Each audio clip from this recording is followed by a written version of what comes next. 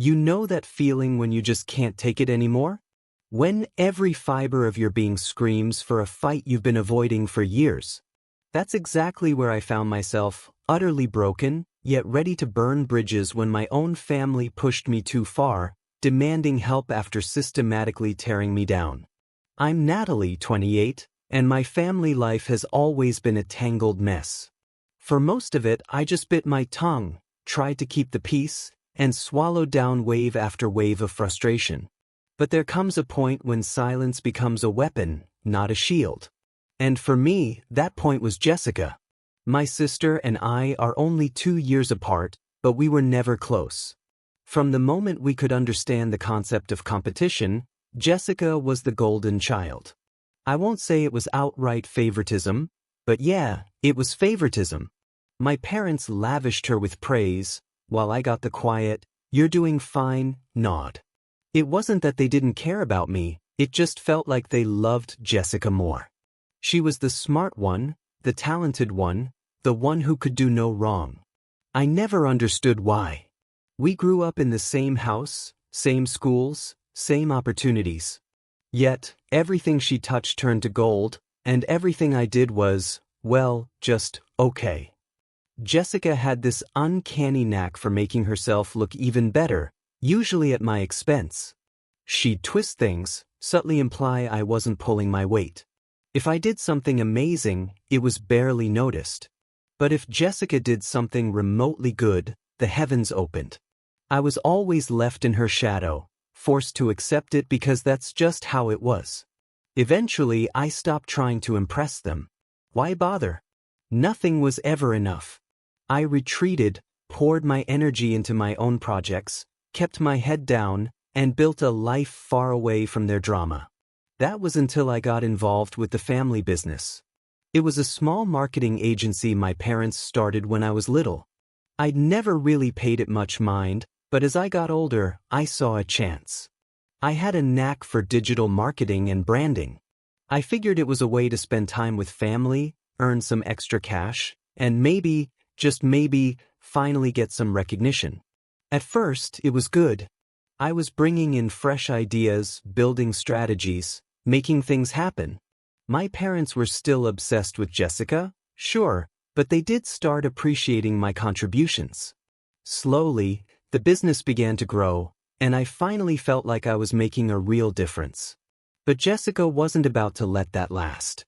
She'd always needed to be the center of attention, but now it was worse. I'd pitch a new idea, and suddenly she'd pop up, offering her input. Then, mysteriously, my ideas would reappear later, under her name. At first, I brushed it off. Coincidence, right? But it became painfully clear. Jessica was taking credit for everything. It wasn't subtle anymore. She'd parrot my concepts in front of our parents like they were her own, and they'd praise her endlessly. Meanwhile, I was still stuck in the background, treated like I was lucky to even have a seat at the table. One day, after a particularly infuriating meeting where Jessica claimed one of my best marketing strategies as her own, I snapped. I cornered her in private. "Jessica, what is going on?" My voice shook with a mixture of anger and exhaustion. "You've been taking credit for everything I've done at the business." She just shrugged like it was nothing. "Come on, Nat, you know I'm the one who makes things work. You've never really been the business type." That was the moment. That's when it hit me how deep the favoritism ran. My own sister, the one who was supposed to have my back, was actively trying to sabotage me just to get ahead. And it wasn't just her. My parents were right there, enabling her, encouraging her. Every effort I made, every project I poured my soul into, went unnoticed. Jessica got all the praise, and I was just left to watch. And you know what? I'd had enough. I stopped helping with the business entirely. No new ideas. No stepping in when problems arose. I just walked away. At first, my parents didn't even notice. But slowly cracks began to show. The business started to decline. Clients weren't impressed anymore. Leads dried up. And the worst part? Jessica had no idea what to do. She had always relied on me to do the actual work, but now that I wasn't there to clean up her messes, everything started to unravel. I just sat back, watched it all fall apart, and didn't say a word. Then, about a month later, I got a text from my mom. It was short, blunt, and completely devoid of any apology or understanding. The mortgage is due. We need you to help. No, hi, how are you? No, I'm sorry for how we've treated you. Just that. It was like I was still their unpaid helper, the one they always took for granted. I could feel the anger rising inside me. My fingers hovered over the screen, and for a moment, I just stared at the message, thinking about how far they'd pushed me. How many years I'd spent doing everything they wanted, never asking for anything in return. And now they had the nerve to text me like I owed them. I didn't respond immediately. I thought about it. Maybe I'd give them a taste of what it felt like to be ignored. Maybe I'd make them work for it, just like they had made me work for their love and attention for all those years. After a few minutes, I simply typed, "Figure it out yourselves." Then I hit send. I knew that text would sting, but I didn't expect how far they'd go to try and manipulate me back. A few hours later, my phone rang. It was Jessica. I wasn't going to answer, but then I saw my mom calling right after her. Sighing, I picked up. "Hello? Natalie, where have you been?" My mom's voice sounded frantic, strained. "We need your help. Things are getting worse with the business." I didn't even let her finish. "I told you, figure it out yourselves." "But you don't understand," she begged. "We're drowning here, Natalie. We need you." My mom's desperation wasn't a surprise. What came next, though, completely floored me. I heard Jessica's voice on the other end, muffled at first, then clearer as she took the phone from my mom. "Natalie, please. We can't do this without you," she said, her tone almost pleading. It was a side of her I'd never heard. The confident, self-assured Jessica was gone, replaced by someone genuinely desperate. "I know I've messed up. I know I've taken credit for your work, and I'm sorry. I was just trying to make everyone see me as good as you always were." Her voice wavered, and for a second, I almost believed her. Almost. "You're sorry?" I repeated, my voice ice cold. "I don't think you are, Jessica. If you were, you would have stopped doing it a long time ago. Instead, you just got worse." There was a long silence. Then she spoke again, her voice quieter, more resigned. I know I've been awful. But it's not just about the business. Mom and Dad, they don't even see it. They've been treating me like I'm the only one who can fix things, but I can't do it alone. I'm not good at it, Net. I'm just pretending." I felt a slight pang of something I didn't want to name. Guilt? Empathy? I quickly shut that down. This wasn't about her struggles. This was about the years of being invisible, of being overlooked while she took all the credit. "So what now?" I asked, a bitter laugh escaping my lips. "You need me to come save you? After everything? After you stole my ideas, my work, my chance to make something of myself, you want me to just drop everything and help you out of your mess?" I could hear the desperation in her voice, and it almost made me sick to my stomach. "Please, Natalie. If you don't help, everything is going to fall apart. We're losing clients. Dad's talking about shutting the whole thing down. And I don't know what to do. We need your expertise, your ideas, your strategies." It was true. The business was in trouble. But a part of me didn't want to admit I felt any responsibility for it. I had walked away for a reason. They'd chosen Jessica. They'd ignored me. And now they were paying the price. The truth was, I didn't want to help them. Not because I didn't care, but because I was tired. Tired of being used. Tired of being the one they turned to when things went wrong, but never being recognized when things went right. I took a deep breath, trying to calm the rising anger. "You've had a month to figure things out without me," I said slowly. "If you couldn't manage the business without me, that's not my problem anymore. You can't just keep treating me like the backup plan. There was another pause, this one more uncomfortable than the last. Then I heard my mom again, her voice softer now, almost like she was trying not to upset me further. Natalie, please don't do this to us. We're your family. You've always been so good at this stuff. We need you. We want you back. I closed my eyes, holding the phone tightly, trying to control the emotion bubbling up. They had always treated me like I was the backup, always put Jessica first, always assumed I would just be there when they needed me. But I wasn't a safety net. I wasn't someone they could discard and pick up whenever it was convenient. You know, I said, my voice dangerously calm, you want me back, but you never needed me until everything started to fall apart. I was invisible when everything was fine. But now that things are failing, I'm suddenly the only one who can fix it. There was a crack in her voice when she replied. I didn't mean it like that, and... No. I interrupted. You didn't mean it like that? I've been invisible to you for years, but now I'm supposed to drop everything and fix your mess? You don't get to do that to me anymore. I'm done. I didn't even give her the chance to respond before I hung up. The decision felt final. It felt right. But even as I put my phone down, I couldn't help but feel the weight of everything that had just happened. I didn't want to admit it, but a small part of me did feel something. A little guilt, a little concern. It wasn't enough to make me go back, though.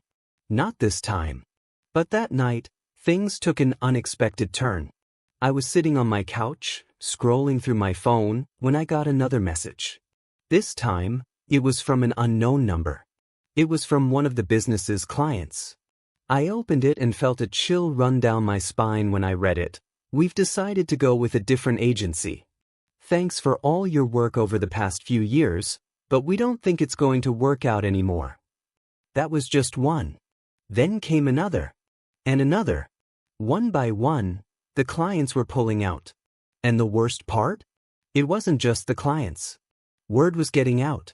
The business's reputation was taking a hit. People were talking about how things were falling apart. The marketing strategies weren't working. The vision my parents had was fading. I sat there, staring at the messages, a mix of satisfaction and regret swirling inside me. I had made my point. I had walked away. But as I watched everything unravel, the question lingered, how far was I willing to let this go? I couldn't deny there was a part of me that felt a small, twisted sense of satisfaction watching the business unravel. I'd spent so many years working my butt off, only to have it all stolen and handed to Jessica. My work, my ideas, my energy, it had all been treated as if it were nothing. But now I was the one in control. As the hours passed, though, I started to feel a familiar weight in the pit of my stomach. The regret, the uncertainty. Those feelings I'd pushed away for so long were creeping back. Was I doing the right thing? Was I really going to watch my family fail because of my pride? I had to admit, the thought made me uneasy. The phone buzzed again. Another message. This time, it was from Dad. Natalie, please. We've got clients leaving us. We're losing everything. Your mother and I don't know what to do. This wasn't supposed to happen. There it was, plain and simple. My parents, for all their complaints about me over the years, were now admitting they were in trouble. They needed me. But I couldn't help but wonder, was this just another plea for me to save them, only for them to go back to treating me like I was invisible once it was all fixed? It felt like the same story I'd heard before. They needed me, but only when things went wrong. And Jessica? Jessica was still nowhere to be found. I didn't respond to Dad's message. I couldn't. I was too angry, too bitter, to just let it slide. But there was a small voice inside my head telling me to reconsider, to at least hear them out. They were family after all, right? I spent the next few days in a haze, trying to focus on my freelance work, pushing all thoughts of the family business out of my mind. But they kept coming back. They always did. On the fourth day after I'd cut them off, my phone rang again. This time it was Jessica. I thought about ignoring the call. I really did. But curiosity got the better of me. I picked up. "Natalie, please," she said, her voice trembling. "I can't do this without you. You've always been the one who made things work. You always knew how to fix things. I was stupid. I was selfish. I've ruined everything." For a moment, I almost believed her. The desperation in her voice, the vulnerability. It wasn't like her.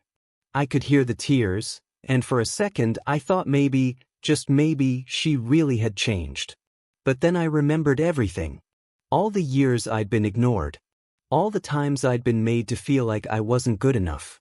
And suddenly, all the pity in her voice felt like a game, like she was trying to manipulate me into doing what she needed. "You ruined everything, Jessica," I said coldly. "You took credit for everything I did. You made me feel worthless in my own family. And now you want me to fix it for you, just like that." "I know I've made mistakes," she said, almost pleading. "But please, you're the only one who can save us. Please, Natalie. I know I don't deserve it, but I'm begging you. Help us. Help me." The silence stretched on, and for the first time, I wasn't sure what to say. On one hand, I wanted to just hang up and be done with it. But on the other hand, part of me wanted to believe she meant it. Part of me wanted to believe that there was still a chance for things to be different. But then I thought about everything they had said, everything they had done. And I felt the anger rise up again. It was so easy for them to act like they needed me now, but where were they when I needed them? Where were they when Jessica was running around taking credit for everything I did? "I'm done, Jessica," I said firmly. "You had your chance. You didn't want my help when I offered it. You didn't care when I was giving my all. Now you want me to drop everything and fix this mess? That's not how it works." "But Natalie," she started to say. "No." I cut her off. "You don't get to do this. I've given enough, and I'm not going to be your safety net anymore. You've made your bed, now you get to lie in it." I hung up before she could say anything more. My hands were trembling. I had said the words I'd been holding in for years, but now there was this hollow feeling inside me. A part of me wanted to pick up the phone and call her back, apologize for being so harsh. But I knew it wouldn't do any good. It was too late for that. I walked away from my desk and stood by the window, staring out at the city below. Everything was changing. The family business, my relationship with Jessica, my relationship with my parents. It was all slipping away, and I couldn't do anything to stop it. A few hours later, my phone buzzed again. This time, it was a voicemail from my mom. "Please, Natalie, you don't understand. We're going to lose everything if you don't help us. We don't know what to do. The bills are overdue, and we're about to lose the house. Your father is a wreck. He's been lying to us about the money, and I don't know how to fix this. We need you. Please come back." The desperation in her voice sent a pang through my chest, but I couldn't ignore what I had learned. I couldn't keep pretending that everything was fine, that I was okay with being the one who always picked up the pieces. I listened to the voicemail again. Then again. Then again. My mother's voice was full of fear and panic, but I wasn't sure what to feel anymore. Was this just another manipulation, or was it real? I didn't reply. Eventually, the inevitable happened. Without my help, the business started falling apart. Clients pulled away, unpaid bills piled up, and the staff began leaving one by one. It wasn't long before the creditors came knocking, and my parents, desperate and overwhelmed, had to shut it all down.